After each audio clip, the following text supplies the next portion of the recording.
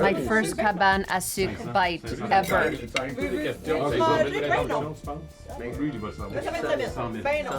Delicious.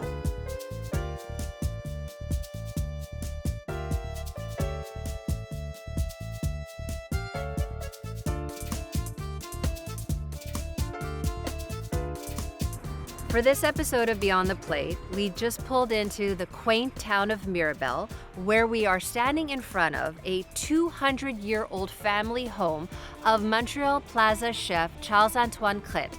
His family is waiting. We are going to be preparing an authentic meal à la cabane à sucre. Stick around. I am sure it is going to be nothing less than spectacular.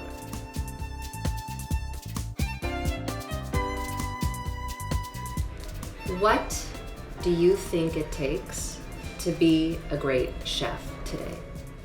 A best friend, I think, which is like, first it starts from both of us, but also from a collaborateur.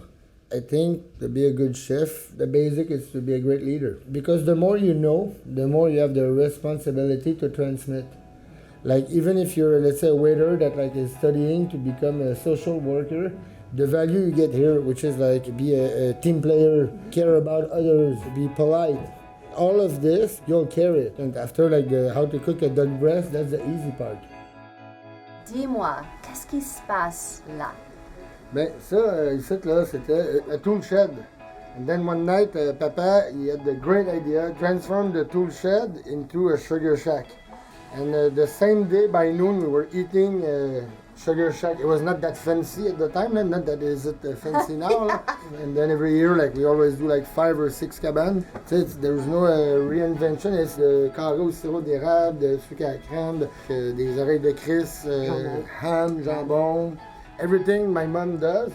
And my dad do the other stuff. Bean, eggs, omelette, fried crepes, potato, boiling potato is really, really good at boiling potato, you know.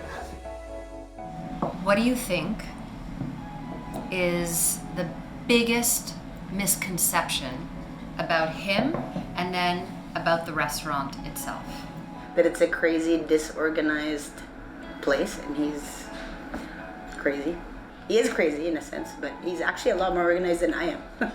We have the costumes, the party, the this and that, but like if the food's cold and the bathroom's not clean and we don't greet the clients at the end of the night, well, it's pointless. And he's a stickler for details.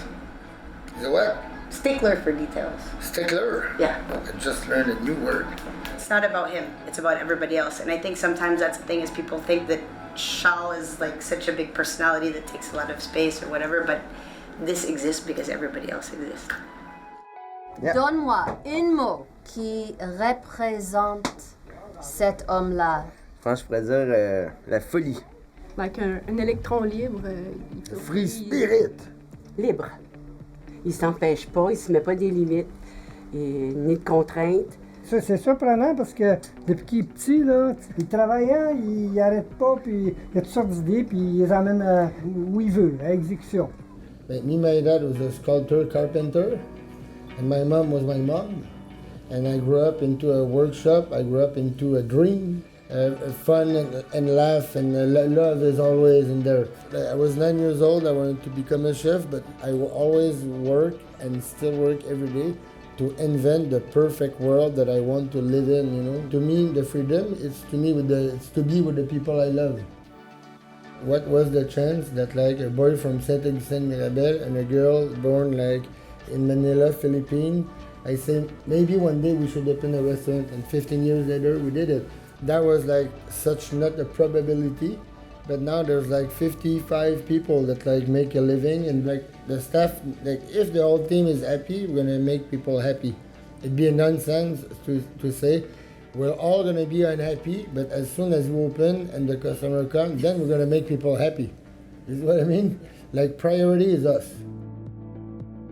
Charles-Antoine, Cheryl, I wanted to take a moment to say how grateful I am to both of you for letting me into your inner world, both in the restaurant and in your family home. And it really, this whole experience went beyond the plate in every way, and I am super grateful. Especially this, I don't share Cheryl with a lot of people. Thank you for being so patient.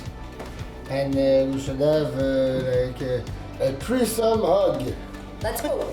Yay!